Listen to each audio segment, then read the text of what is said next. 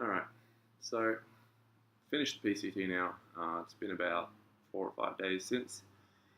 Pretty much uploaded all my photos and videos to the various places I do it, and this is going to be the last of the videos that I do.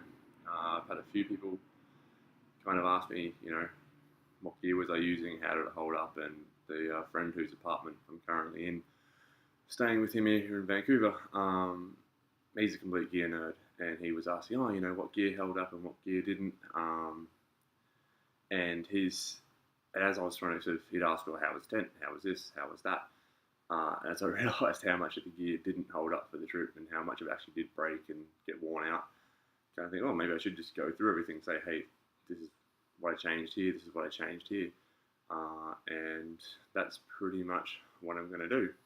I've got my pack packed here beside me. I think it's pretty much exactly as I finished with it.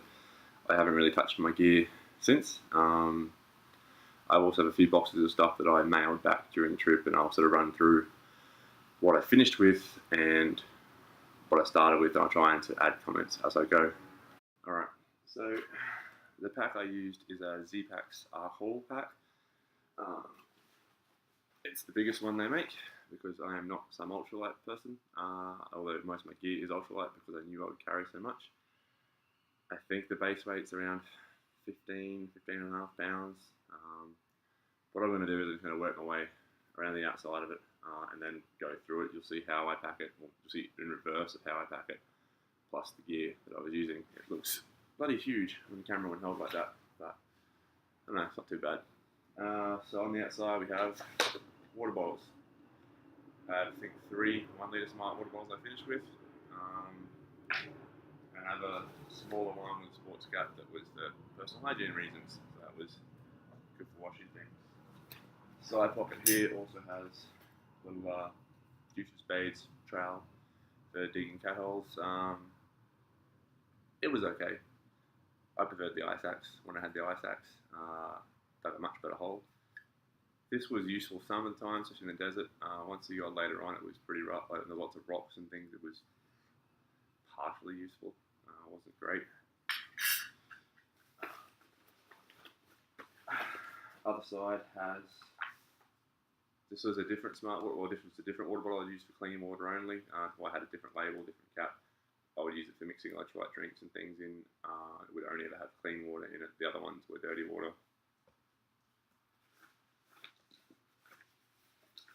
You can see another smart water bottle with the soy squeeze filter attached on top.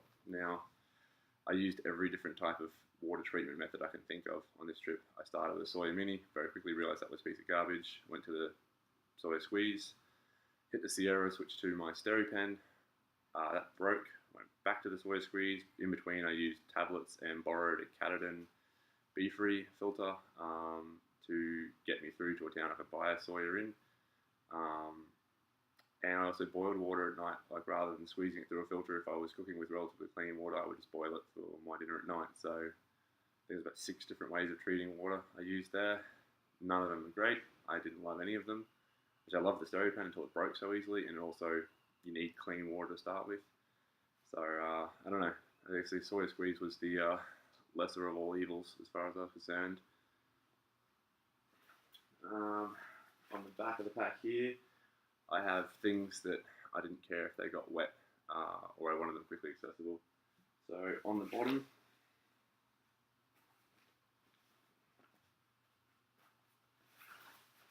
this is a Gossamer Gear 1/8 of an inch closed foam pad. Back there, very, very thin, weighs almost nothing. I use this for underneath my inflatable sleeping mat to stop it sliding around the tent and also give it some extra protection from being punctured by anything. I would also sit on it during the day, lie on it during the day, stretch on it, whatever I wanted to. It held up pretty well. You can see there's some duct tape just here holding. Actually, I got a big hole in it on the very first day where I learnt that you gotta be a little more careful putting it down. It's very, very thin, so it got punctured straight away on the first day. Other than that, once I learnt to be a little more careful with it, it held up remarkably well. Other things on the outside of the pack. This is a Z-Pack's Virtus rain jacket. Never used it for rain. I used it once when it was very, very light shower. Really didn't need to use it. One time there was some pretty heavy condensation. It was walking under the trees. They were dripping a lot. I used it then, but I never had to wear it in a storm or anything, so I can't speak for how it holds up in a decent rainstorm or decent duration of rain. It worked effectively as a laundry jacket, and I carried it the entire way.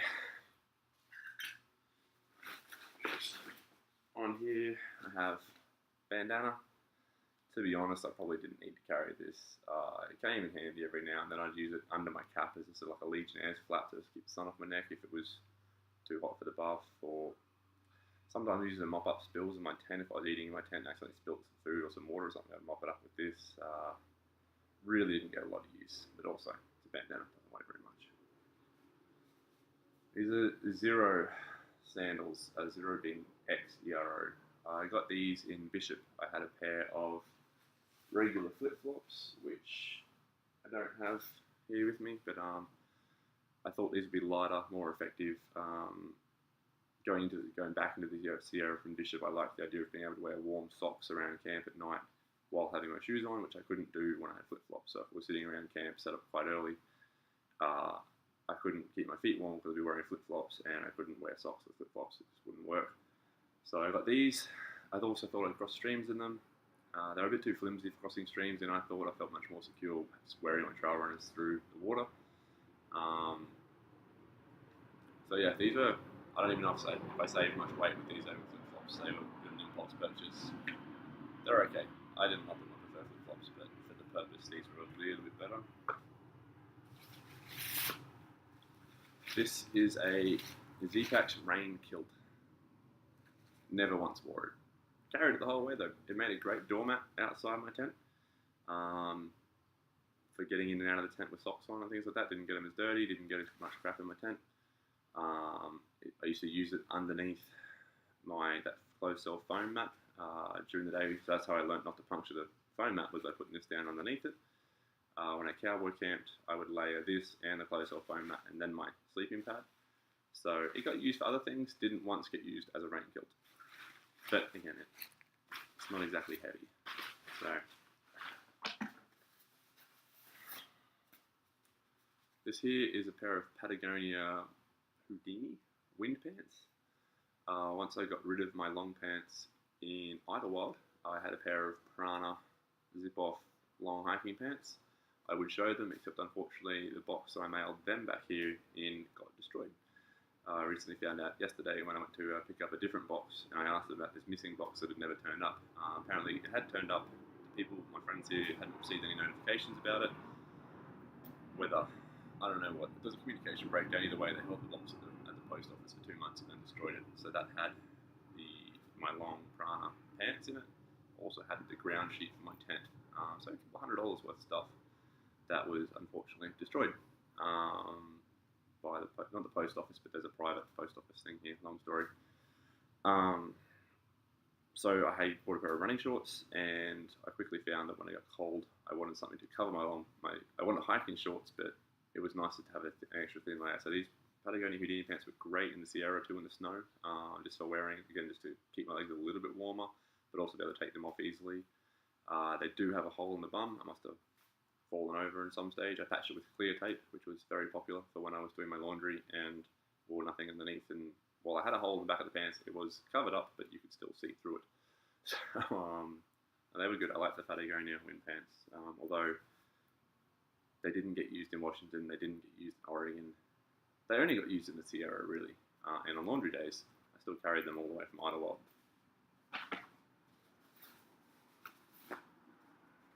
This is a head net, mosquito head net. This is again stuff on the outside of the pack I wanted accessible quickly, and I just didn't care if it got wet if it did rain. Head net was great for the period of time that the mosquitoes were horrendous.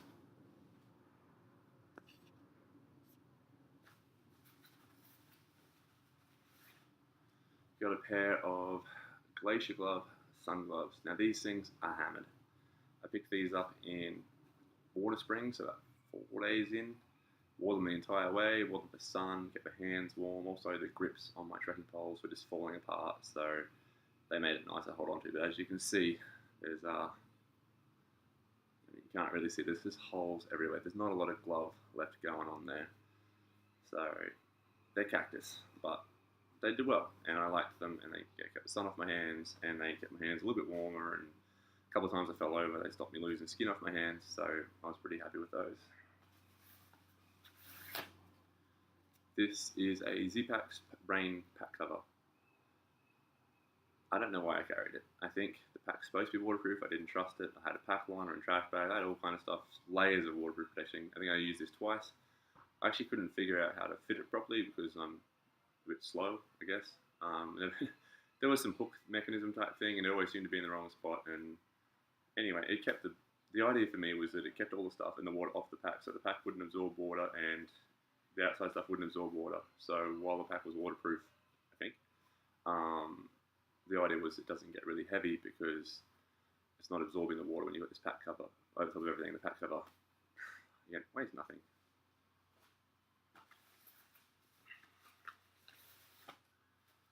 This is a Z-Pax wind jacket. Again, so light. I read a few things before the trial. People said it's worth, like, the weight is so little, but the value is good.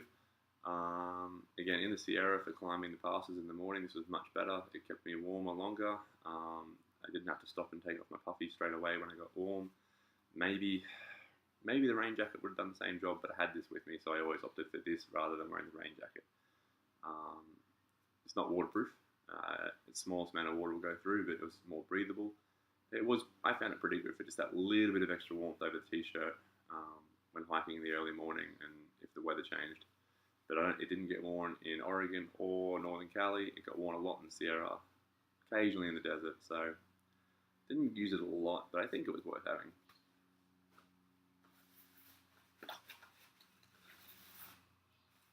These are some Z-Pax rain mitts. Never once put them on. Only carried them for, in the end, Washington. I carried them a little bit at the start and then realised it wasn't going to rain, ditched them, substituted them back in when I hit Washington. Carried them for all of Washington, didn't once ever wear them. Can't even tell you if they work. But they, again, not heavy.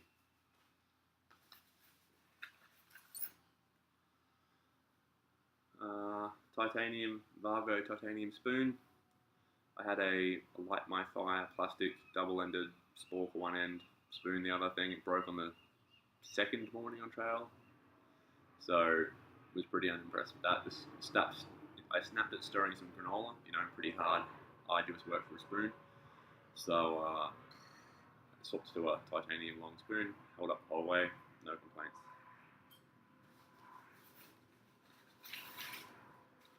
These are my tent stakes for my tent. They're all different kinds. I bent, broke, so many throughout the trail that I just have an assorted variety of lightweight tent stakes, although the majority at the end were these MSR mini groundhogs. I like them the best, and I would get them where I could, but I used so many different ones along the way, even some that weren't ultralight, just making do with whatever I could get my hands on. You're setting your tent up 100 and something times, you're going to bend, break, lose a bunch of them. Also on the back, and easily accessible, I have some DEET spray. I hate mosquitoes, so I always carried, at the start of the desert, learnt I didn't need it, so towards the end of Sierra, it got substituted back in, and I carried this bug spray the entire way. Used it when I hate DEET, but I hate mosquitoes more, and a small sunscreen. I went through a lot of sunscreen, so I always had that accessible on the back of the pack as well. Spinning around the front of the pack, I had my buff. This is a non-buff brand buff. This is a generic cotton, I think it's cotton, buff that I actually had from home already. Used to wear this when I worked in the outback for sun protection. So this is probably one of my favourite pieces of gear on the whole trail. It was so versatile. I would wear it obviously as a buff. It was good to keep the sun off my neck and face. It was good to keep my face warm and my neck warm when it was cold in the mornings. It was good for dust, you cover your face, minor smoke, not really. I would use it as a pillowcase over my pillow in my tent to keep it cleaner, so I wouldn't have to worry about that. It just kept my pillow cleaner. what else was it? So it was keep the face warm, sun, pillow cover. There were so many uses for this thing, it was ridiculous. Yeah, wind, warm, sun, pillowcase. I think there was something else too. Really versatile piece of kit. Really, really good. And then I also have the Garmin InReach, which I used quite a lot. I used it tracking the whole time. Friends and family could track me the entire time. Messaging. The weather reports were useless, so I stopped using it for that. But you know, the emergency function was really why it was there. So that lives on the outside of my pack. So with Z-Packs, you can customize your pack in many different ways. I got the roll down side closures. I got 2 hip belt pockets. This one I can feel is still full of food. Food and trash and all kinds of stuff in there. On the other side I had some hand sanitizer, my iPhone headphones. This is a sunglasses case, a soft microfiber case for my sunglasses. I put my sunglasses in there every night to stop them getting scratched up. Also clean my sunglasses with them every day. This is the little camera attachment for my trekking pole that I would use to film all my videos. It's called a stick pick. Did the job really well, held up the whole way. A little bit of damage, but it did the job. I also have my little tiny Gerber knife. I went through a bunch of different knives on the way. I started with a multi-tool, too much. I went to a little Swiss folding pocket knife, lost that. I think this was knife number 3, and I lost it several times, but it always found its way back. And these are all little things I had in my left hip belt pocket. The right hip belt pocket was food and electrolytes and other stuff I want, snacks basically. So as far as the pack held up, the right hip belt pocket's breaking off. This is actually the second pack I had. The first one broke initially in Bishop. It was this mesh panel here. There's a buckle down the bottom here. It was just duct taped up at the moment. Initially it broke on the upper side of the duct tape. When I got in contact with Z-Packs, they offered me a new pack. I actually just needed this part here. So I had that part replaced. I just had them send that replacement part, and I told them not to worry about the new pack. But they said the offer stood. Eventually it broke on the bottom side of the buckle with the stitching pulled away. So I said, hey, time for that new pack. And they sent me the new one to Ashland, and this is the pack I carried from Ashland for the rest of the way. It's identical to the pack I started with. Going through the pack now. The other things I guess I have here, iPhone 8 is what I carried and did all my filming and all my photos and all everything on. It's got a new case on it now, but I did have a life-proof case on it, waterproof, drop-proof, blah blah, life-proof. It's pretty beaten up. It took quite a bit of damage during the trail, just falling apart. So it did the job, kept the phone in good condition. Never once broke or anything like that, but the case is pretty much done. It's not quite hike-proof.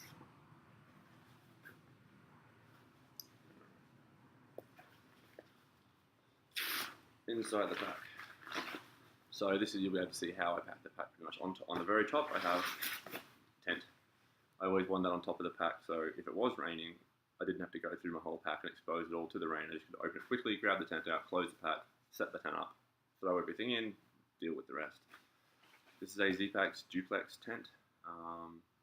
The one tent I had the whole way, it's pretty much done now, a lot of holes in it. I like quite a tight tent setup, so I think just repeatedly pulling tight and setting the tent up quite taut. This way called Cuban fiber or Dyneema, I think. Fibers start falling apart. I had so many holes by the end of the trail. I spent a couple of hours one day going through with tenacious tape and the seam repair tape they have with the tent, patching these holes. It did rain on the last night. It only rained twice the entire trail for me. It rained on the very last night of the trail, and I think I felt some moisture coming through in a very fine mist, but it was fine. I wouldn't want to go anywhere expecting a lot of rain with it now.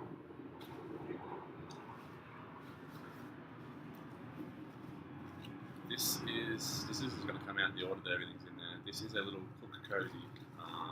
Made it myself. I think I followed one of Darwin on the trail. One of his videos on how to make it.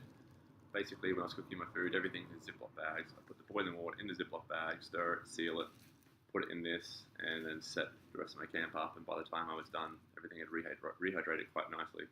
Or we keep it warm for well over an hour if I wanted to take some more time, and if I wanted to wait for everyone else to be ready for dinner, or if I was with other people. It's made out of car windshield cover and some duct tape. It was really good. It's basically worn out now. I had it the entire way, but yeah, it was worth having. Next, I have some wet wipes and toilet paper. Keep them on top, nice and accessible. This is just a dry bag full of all kinds of random stuff. This is just my bits and pieces bags. I know a lot of people don't like to put things in dry bags. They think it doesn't pack as well. I prefer to keep everything organised. So within this, I have there's some supplements, probiotics, fat, like fish oils, multivitamins. I have electrolytes. Yeah, there's a bunch of supplements. There's some of the electrolytes. I had 30 feet of cord for bear hangs. Didn't use this once in Washington, Oregon. Did use it in the Sierra when all my food wouldn't fit in the bear can, and I would hang the excess up a tree. I figured that was better. Mostly just slept with my food in my tent. I know you're not supposed to, so be it. Speaking of the bear can, BB 500 standard bear can everyone carries. I gave it away the second I didn't need it. I had a hitch and I gave it to the guy that gave me the hitch. He was interested in it, and I said, "Here, have it."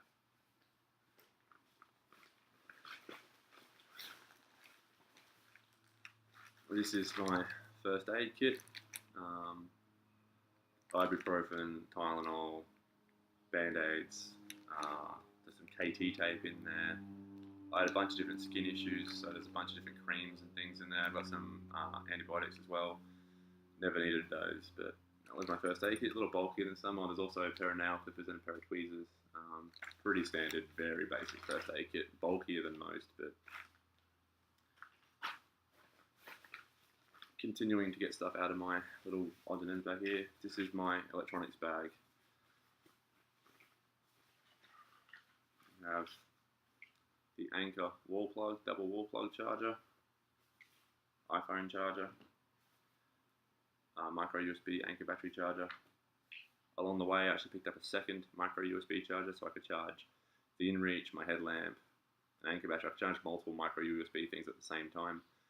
Because I found I had 3 or 4 of those at one point and only the one iPhone, so just to make things more efficient, I would do that. Headlamp is a Petzl Actic Core. It's rechargeable. I love this thing. This was three settings of brightness. The brightest one was ridiculous. It was like having an LED light bar of a truck on your head. Otherwise, yeah, cannot fault this. This made it the whole way through. It's still in great condition, and I love it. I've had a lot of headlamps for work, and this is the best one I've had. Anker 10,000 milliamp battery. This is how I kept everything charged. I only ever used half of this, maybe even a third of it, so I always had tons of extra power with this. Except for the longer stretches in the Sierra, when I had the stereo pen as well as an additional thing I had to charge. I was a little more concerned about the power. I carried a second battery, but never actually needed it. This was always enough.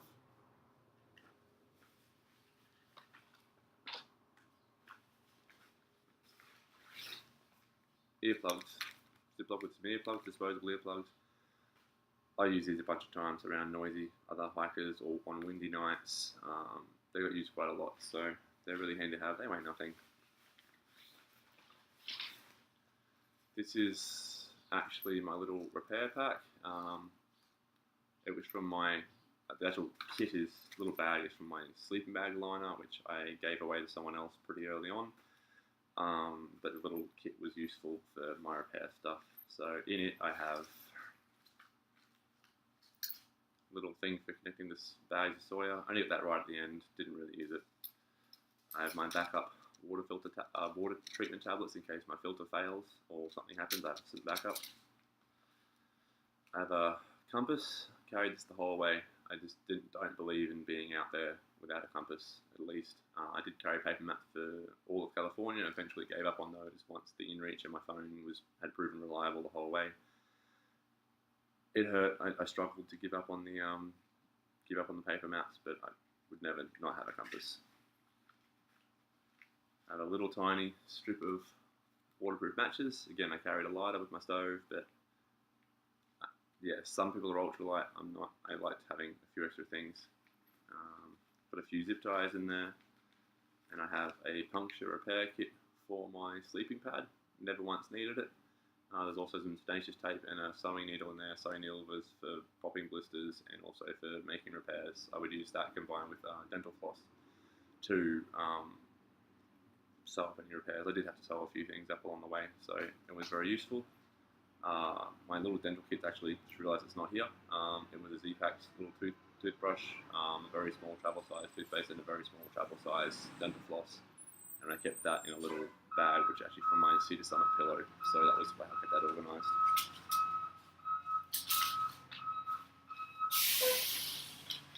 And then I have a Sharpie. Came in handy from time to time. I have a couple of spare lids for smart water bottles, because if you happen to lose a lid, your water bottle's now useless, and if you need to carry water, spare little tube wouldn't hurt. Carabiner, never used this once. I did have other carabiners I was using when I was doing bear hangs. They little Z-Packs, ultralight ones. I broke a few of those hoisting bear bags up. In the end, the last one broke. I replaced it with this. It's a very lightweight carabiner from the store, and never actually once used it after that. So that's kind of my bits and pieces kit.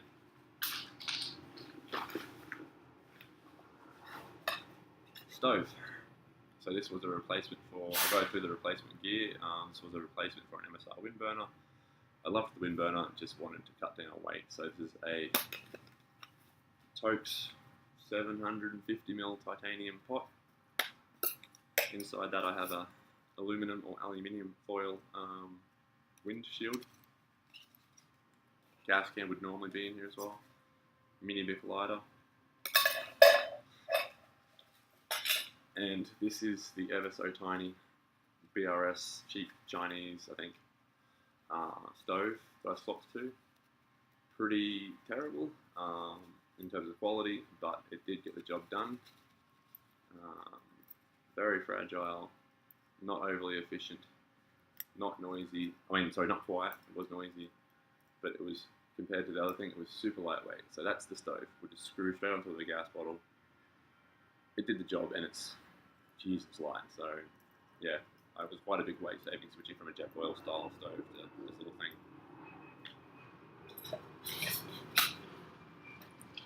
Continuing on down through the pack.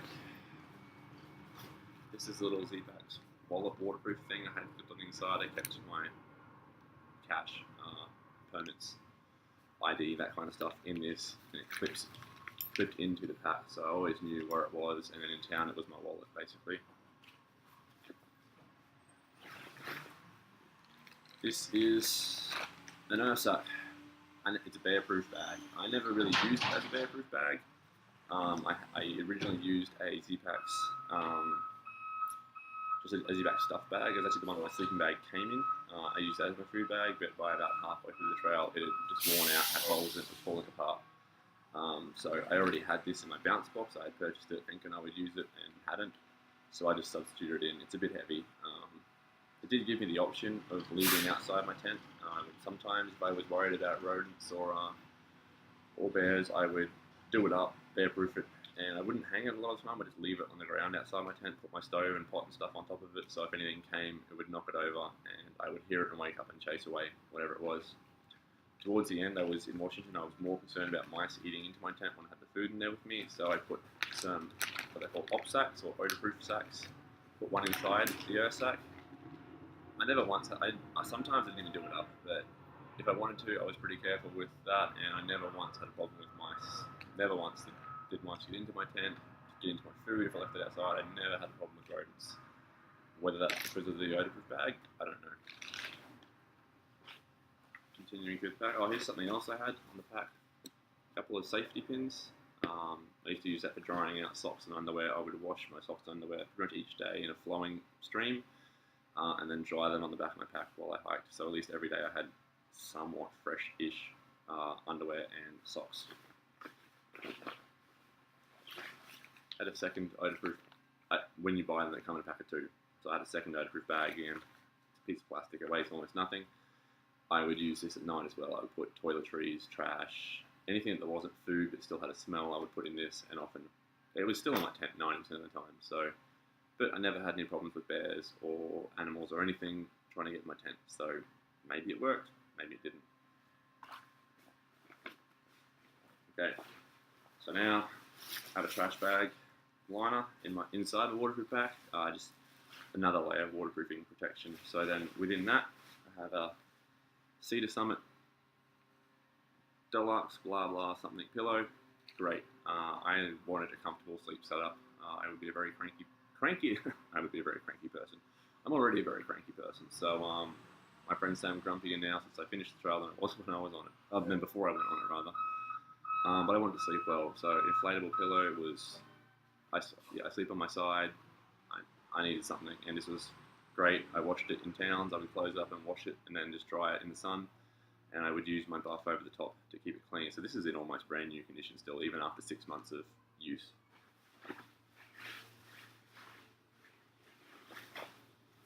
The puffy jacket that everyone uses, Mountain Hardware Ghost Whisperer. Very expensive jacket, very lightweight, kept me warm enough all the way through. It's a pretty wicked stench in it now, so I need to try and wash that out. I did wash it a couple of times along the way, but yeah, no complaints. It was a good jacket. I liked it. I did have this, which was supposed to be in there.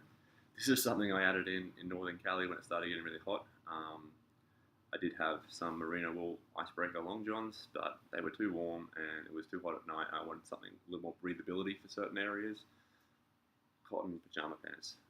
That's a luxury worth carrying. I always had one set of hiking clothes, one set of sleeping clothes. So these became my sleeping clothes.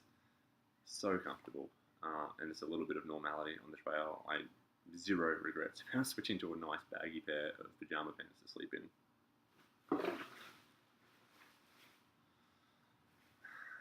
Under Armour compression shorts. I started out with the ex officio underwear that everyone uses. Never loved them. Ended up having some problems. I didn't know if it was the underwear or not, but I got rid of them. I threw them in the trash and picked up a pair of just regular compression sports running shorts, or compression shorts underwear. Under Armour just happened to be the brand. And again, you would be fine. They're what I'm used to from running in. I do a lot of running, so this is what I would normally wear running. So I felt quite at home with these. I was quite happy that I switched out to those. I never had any chafage issues with legs or thighs or anything like that, so I was pretty happy with those. I had 2 pairs of those. These are knee-length compression socks. I would sleep in these. The idea being maybe it helps with recovery, it helps with swelling of feet and legs and things. Whether that worked or not, I have no idea. It was something I did from the start. For the majority of the trail, I would say my feet and legs were in better condition than most people seem to be experiencing. So it became a superstition of mine that I would just continue to wear them. They weren't overly warm, so in the Sierra I had a pair of hiking socks, the darn tough hiking socks I would wear over the top of the feet to keep my feet warmer, and also served as a backup pair of hiking socks, but I would sleep in these.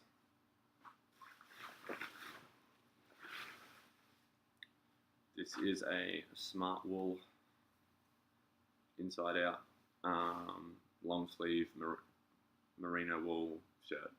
I would sleep in this. This was my sleeping shirt. So long sleeve merino wool sleeping shirt. Initially started with merino wool long johns, but switched to the cotton plaid pajama pants because they were so comfortable. These are gloves, warm gloves. These got substituted back into my pack in Washington. So I had a bounce box. I would put stuff in and out all the way up. So I was always substituting stuff in and out of my pack. So these I bought in Bishop because the gloves I had were falling apart. They weren't up for the task of what I was doing through the mountains there. So these are a pair of black diamond something gloves. They were great. They kept my hands warm.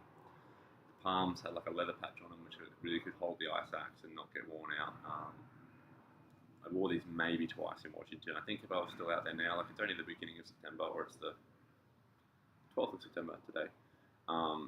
Had I been out there longer into September and maybe even into October, I would definitely have used these more. But I used them a couple of times early in the morning when it was quite cold. But otherwise not a lot of use outside of the Sierra. I could probably have done without them.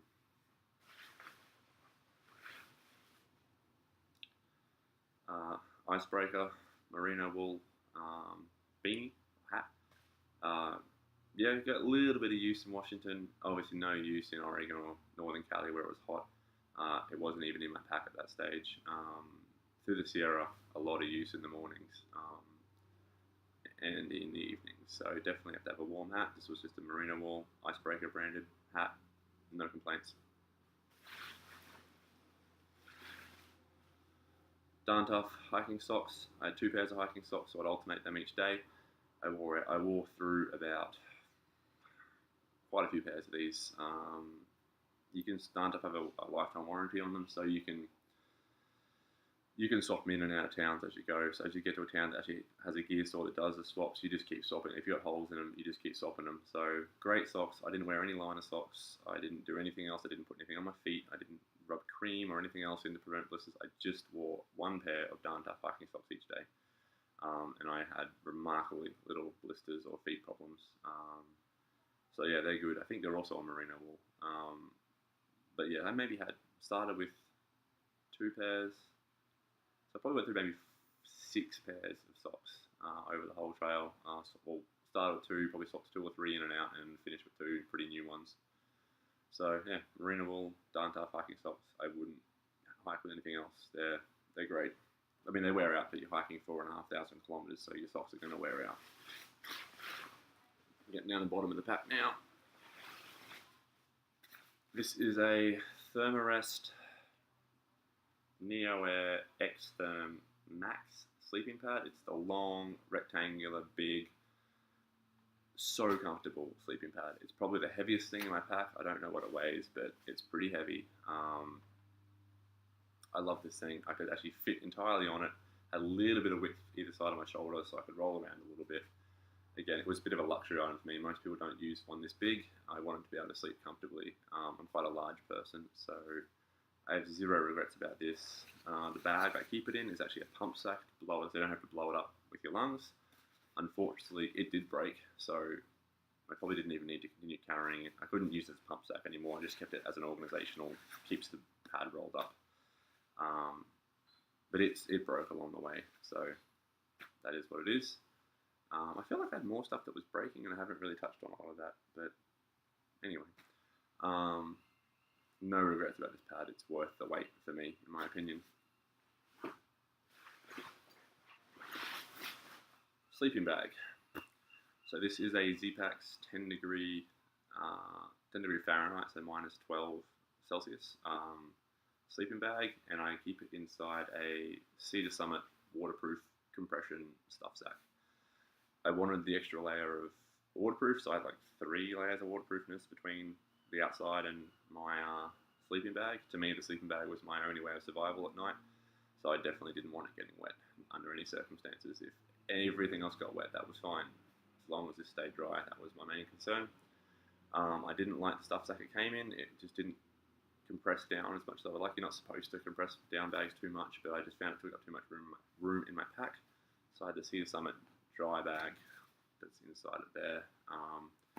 Held up perfectly. The bag's in good condition. The only damage to the bag is actually 1 tear in it, which was from the first night I ever used it, even before the trail. I had some kind of nightmare or something and was clenching the bag and my fingernails tore it.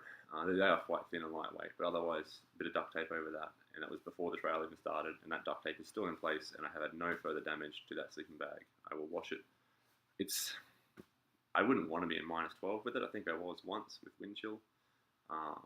They say it's comfort rated to minus 12 and survival rated to minus 35 Celsius. I wouldn't want to be anywhere near those temperatures in it. I would say once it got below freezing, the bag was still good, but maybe minus 5, you start getting pretty cold. You would want more clothes underneath or something. I don't know. Happy with the bag, happy with the stuff sack. Trash bag as a liner for the pack. And that is now an empty pack. So things else there. Other things I had. Oakley polarized sunglasses. I had these before the trail, but I did buy them with the trail in mind. I think you're supposed to have ones that are sort of wrap around on your face a little bit more for the snow. I wanted to polarize specifically for the snow.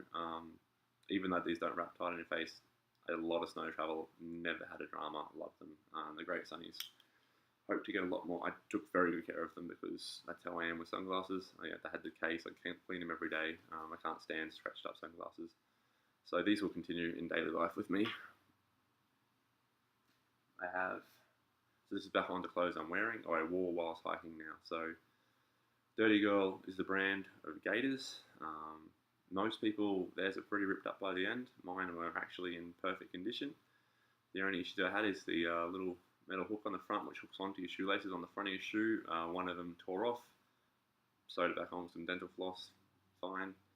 And then the shoes I would use, Brooks Cascadias. I can't show those because they're all gone. I used 5 pairs. They're all trashed. They ended up putting a gaiter trap on the back of their shoe, and it folded down, which didn't really work with the Velcro on the back of Dirty Girl gaiters. So I cut small slits above the Velcro so I could put it through and fix it down so it wouldn't lift up off my heel. Worked fine, never wore out. So they keep a lot of crap out of your shoes. I'm a big fan of them. A lot of people gave up. They start with them and get rid of them. I liked them the whole way. Whether they really did a lot, I don't know. Cap. This is just a random Richardson trucker style cap. I picked this up out of a hiker box in Bishop. It was brand new. I think it had very little signs of wear. It was so clean. And I had a Z-Packed trucker style cap I was wearing. It didn't fit as well, and it started off blue, was basically white by the time I got to Bishop, 900 kilometers in, I think, or 900 miles in, I apologize.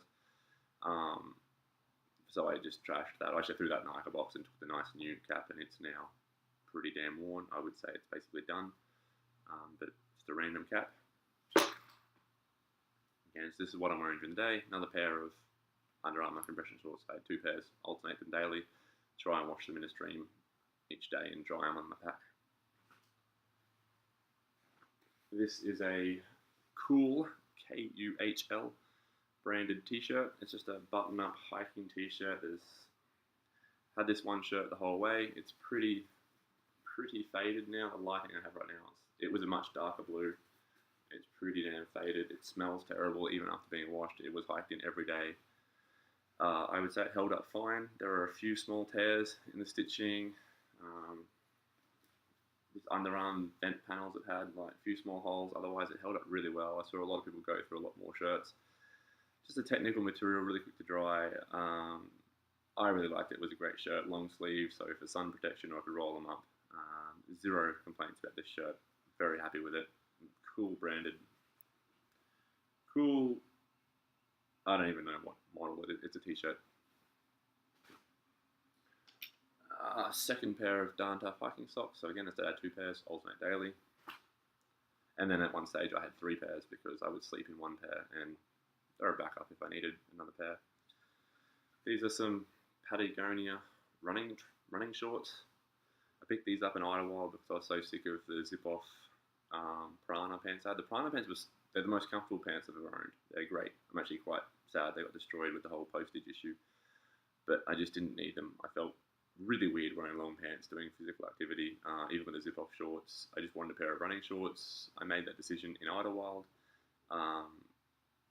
The gear store there was the only place in town I could buy running shorts, so I ended up paying like $60 for a pair of freaking running shorts. $5 running shorts from Kmart would have been, or Walmart, or whatever your store.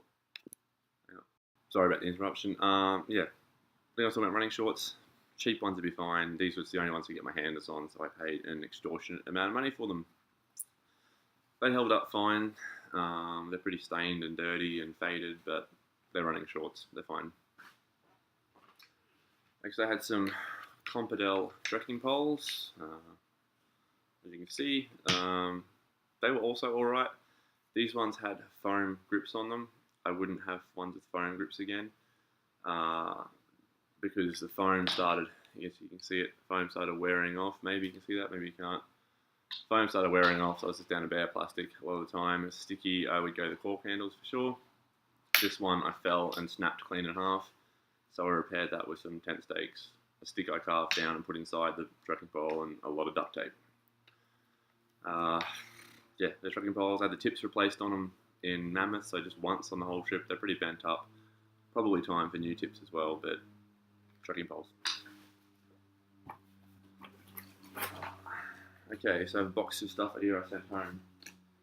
This is the stove I started with. It's an MSR wind burner stove. I love this stove.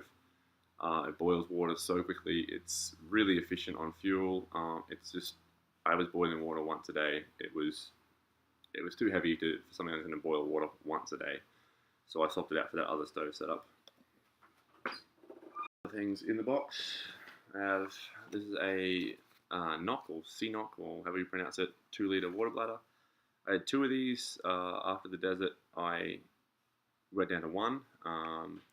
This one got sent away. The other one eventually wore out and broke. At one stage, I think some DEET spray got on it and broke it down. It ended up with a bunch of holes in it, which all in one spot. I think that was DEET wearing down the rubber. It got thrown in the trash can somewhere along the way. This is a Z-Packs pack liner / travel bag. It's slightly heavier than their actual waterproof pack liner, but you're supposed to have to put your pack in it when you fly. Once my pack was packed, I couldn't actually fit it in the bag, so I did just use it as a waterproof pack liner. I sent it away from Bishop in a desperate attempt to save weight and switched to just a trash can. However, I regretted that decision. I should have just kept this. This is a much better product than a trash bag liner. I would have been much happier keeping this in my pack, even if it was slightly heavier. 3-litre platypus water bladder. I use this all through the desert. I really like having access to water all the time, but eventually I got sick. I didn't need this much water, and I got sick of squeezing water, filtering it constantly into this, and I eventually gave in and just did the water filter on top of the bottle thing that everyone does. I fought that for a long time, but eventually just the endless squeezing water to filter it wore me down, and I went, nah, screw it, I'll just do the on top of the bottle thing. Otherwise, this was great, no complaints. 3 litres of water, no problems. It was good. These are Z-Packs Possum Down gloves. These are what I started with in terms of gloves. They were great for around camp, great for keeping your hands warm. I think they're also supposed to keep your hands warm when they're wet. However, they were not up to the task of carrying an ice axe and working your way through the mountains with an ice axe, and it was really starting to rip up the material and destroy the glove. So I swapped it out for the other Black Diamond ones I had earlier. So they didn't actually break, but they were starting to wear pretty quickly. They would not have survived the Sierra and all the carrying of the ice axe and trekking poles and everything. They're just really for around camp and keeping your hands warm while you're hiking. No good carrying gear. Snake bite bandage. I eventually gave up on that. I come from a place of snakes, but I eventually just stopped carrying it. Had some. This is called para tinder. It's like paracord, which has a flammable tinder strip inside it. This was in my bounce box. I never needed it. I did buy a different paracord in the end. This wouldn't have been long enough to hang a bear thing with, but initially a longer one of this, you could have used it, but it's much heavier. It was just something that was in my bounce box.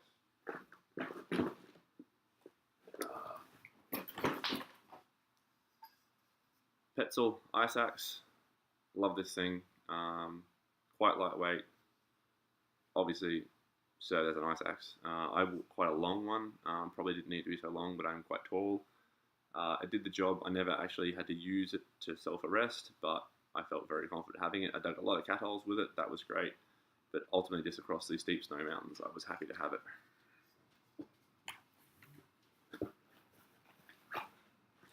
This is now the bounce box I'm going through. This is stuff that got sent back. These are the flip-flops that I started with, just basic Haviana, quite heavy rubber flip-flops. I love these in day-to-day life, but I thought they were too heavy for the trail, so I swapped them out.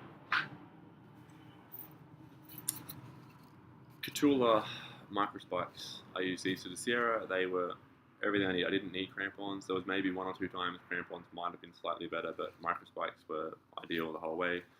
No breakage, no drama. Very happy with them. I did have, as I mentioned, I did have a footprint for my tent which got sent away but also destroyed. The duplex, they say you don't need a footprint. I bought one anyway because I'm an idiot. Would have been nice to have actually, when for cowboy camping, I would have actually liked to have kept that footprint to put underneath everything else. It was kind of a pain having just my sleeping pad on top of a couple of things. I didn't like putting it on top of my tent, but knowing that, you know, during the night if my sleeping bag was kind of hanging over the side, it was in the dirt, I didn't like that. I would have liked to have had a sheet that I could have put everything on.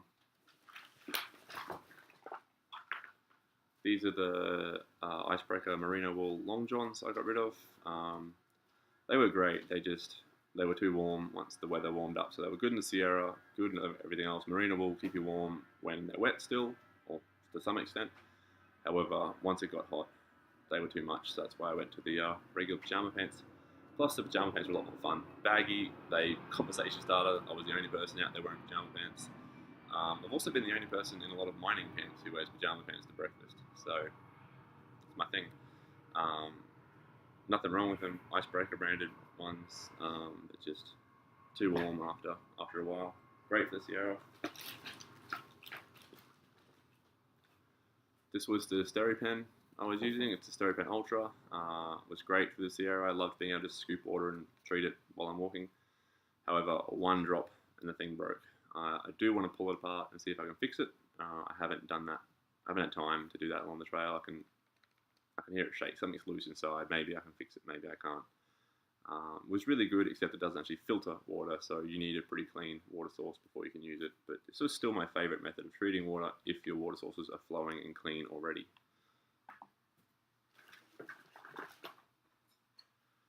This was the extra battery I carried through the Sierra for the longer stretches of the 7, 8, 9 day stretches where I was concerned the other battery wouldn't last, and I was also trying to charge the SteriPen. I was also trying to charge a headlamp I was hiking with for many hours a day, plus the phone and the GPS. Everything was working harder through there with the cold weather, so I carried some extra battery storage rather than a solar panel.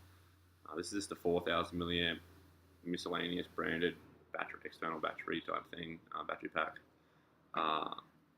It was just one I already owned. I just kept my bounce box, threw it in for those few sections, and took it back out again once I didn't need it anymore.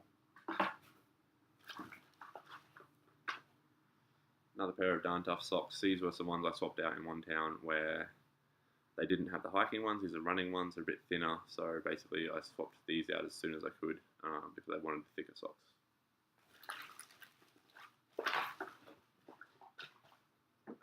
These are podiatrist made insoles. These ones have done half the trail. This is what they look like when they've done 2,000 plus kilometers. I had 2 pairs of these, so I started with one pair, had another pair in the bounce box I swapped out at halfway. I would say both pairs are pretty worn out now, and I need to visit the podiatrist again to get them either looked at, cleaned up, or probably new pairs, I'd say. I credit these for having much less foot problems. A lot of people use some generic off-the-shelf ones. I have flat feet, so I had the podiatrist made ones. I guess they worked. I was happy with them.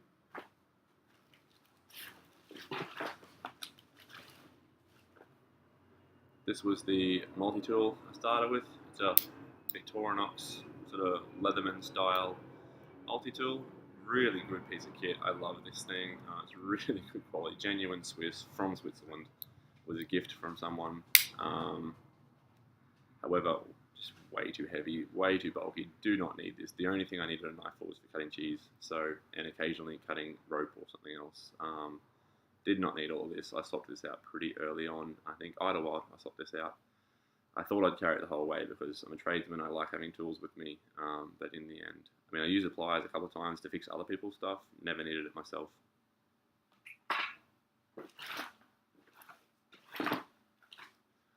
The rest of everything I have in that box is this excess consumable stuff that I bought along the way, like supplements and medications, things like that, where I didn't want to carry all of it. Couldn't buy it in a smaller quantity, so some of it's in there. That's about the only stuff I have left. I think that pretty much means that's everything I used on the trail that I can think of. And you've seen how I packed the pack and there. So hopefully that helps out with anyone who was wondering what I was carrying, how I was using it. I feel like I had a lot more stuff I was going to talk about, how this broke, that wore out. But maybe I did, maybe I didn't as I went. I didn't plan this out. It's just been done on a whim. So I'm going to wrap it up there, and yeah, if you have questions, let me know.